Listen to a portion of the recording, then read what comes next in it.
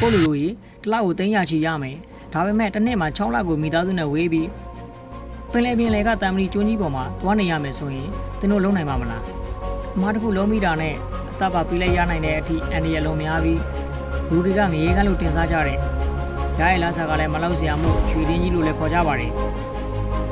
ဒီနေ့မှာတော့တီဟာဂျာနီကဒီလိုထူးခြားဆန်းပြတဲ့ offshore လောကသားတွေရဲ့ဘဝတွေကိုခေါ်သွားပေးမှာပဲဖြစ်ပါတယ်ပင်လေကရေနံတူးစင်နေဆိုတာကုန်းမြင့်နဲ့မိုင်ရရှိဝေးတဲ့နေရာတွေမှာရှိတာပါအဲ့ဒီနေရာတွေကိုတွားရဖို့ဆိုရင်ရဟတ်ယာဉ်ကိုပဲအဓိကသုံးကြရပါတယ်ရောက်သွားပြီဆိုရင်တော့တင်ဟာတိကျကဘာတစ်ခုရဲ့ရောက်သွားသလိုခံစားရမှာပါ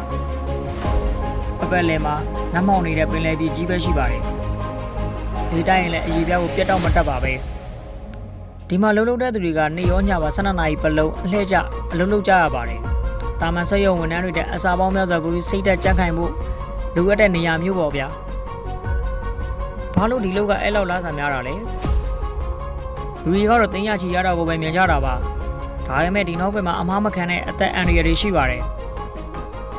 မီးပြီးပောက်ကွဲမှုရာသီဥတုဆိုးဝါးမှုဒါတွေကိုရင်ဆိုင်နေရလို့သူတို့လာစားအများကြီးပေးထားတာပါဒါပေမဲ့ကမ်ပဏီကလည်းသူတို့ကိုဘီရင်တစ်ပါးလို့ထားပါတယ်စားတော့ဆိုရင်အကောင်းစားဘူဖေးတွေအားကစားလုပ်ဖို့ဂျင်းယုံတွေရုပ်ရှင်ယုံတွေအထိတူးစင်ပေါ်မှာရှိပါတယ်ဒါကအိမ်ပြန်ချင်းစိတ်မျိုးကိုဖြစ်သိရတဲ့အလုပ်သမားတွေတော့စိတ်ထွက်ပေါက်တစ်ခုပါအောက်ရှိုးသမားတွေအတွက်အခက်အခဲဆုံးကပင်ပန်းတဲ့အလုပ်မဟုတ်ပါဘူးမိသားစုနဲ့ဝေးနေရတာပါဝေးပုံလိုက်ရပေမဲ့တစ်ခါတလေမှာတော့ဒီနစ်နာခံမှုတွေကတော်တော်လေးကိုကြီးမားပါတယ်ဒါကြောင့်ဒီလုပ်ကိုလုပ်တဲ့သူတွေကိုကျွန်တော်တို့လေးစားရတာပါကိုလူလူကြီးအောက်ရှိုးဘဝဆိုတာဆွမ်းနာမှုနဲ့ခွန်နှန်းတွေကိုအလဲတဲ့လုပ်ထားတဲ့ဘဝတစ်ခုပါ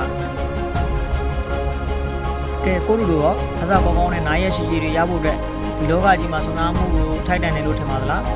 သင်သာသူတို့နေရာမှာဆိုရင်ဘယ်လိုမျိုးဆုံးဖြတ်ကြမလဲဆိုတာကောမမှာပြောခဲ့ပြပါဦးဘူတုဒအသေးစမ်းတွေအမြဲသိရဖို့တီဟာဂျာနီကို like and follow လုပ်ထားအောင်မမေ့နဲ့ပေါ့နော်နောက်ဗီဒီယိုမှာပြန်တွေ့ကြပါမယ်